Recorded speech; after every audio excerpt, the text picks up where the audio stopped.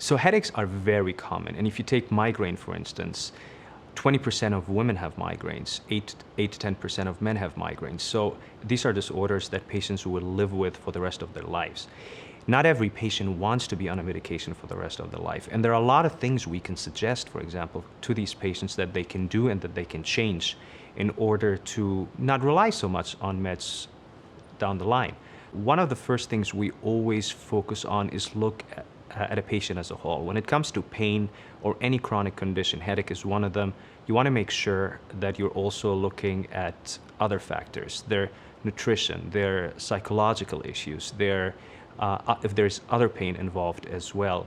Gaining a patient's trust is one of the most crucial aspects of what we do. Patients are coming because sometimes they've already seen a lot of physicians and they've already been to other places. So the first thing you want to assure them that you'll do your best in answering their questions, and if they're coming for answers, you'll try to help them find these answers.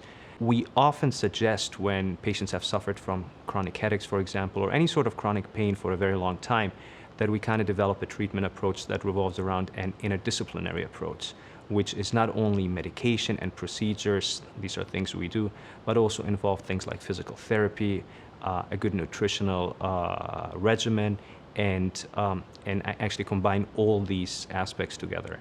They often get better and they feel better. And I see patients that come who've had 20 to 25 headache days a month, and within a few weeks or a few months with a tried treatment approach, their headaches drop to a few times a month, and they come back and they're one of the most things I love to hear when they say, I feel my life is back and I got my life back. I'm a water person.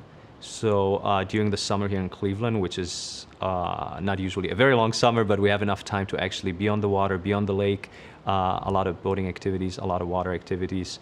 I love traveling to beaches, and I love the sun.